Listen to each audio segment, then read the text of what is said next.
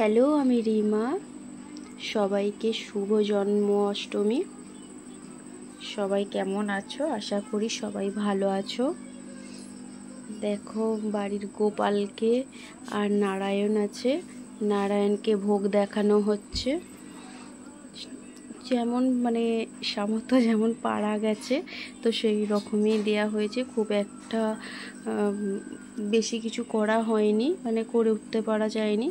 তো এই যে সব রকমের ভাজা ভুজি দিয়ে আর ক্ষীর করে বাড়িতে এগুলো সব বানানো হয়েছে, চাল ভাজা সব কিছু করে বাপি এই পুজো করছে। আর নারায়ণ আছে যেহেতু, ওই জন্যই প্রত্যেক বছর বাপিই পুজো করে, ছেলেরাই পুজো করে। আর বুঝতেই পারছো, নারায়ণ আছে যেহেতু, নারায়ণ তো আর মেয়েদের ছুঁতে নেই, সেই জন্যই পুজোটা বাপিই করে। সবার কেমন লাগলো একটু বলো। যতটুকু পারা গেছে ততটুকুই করা হয়েছে গোপালের জন্য, যেহেতু গোপাল সোনা আছে, গোপাল সোনার জন্য এইটুকু তো করতেই হয়।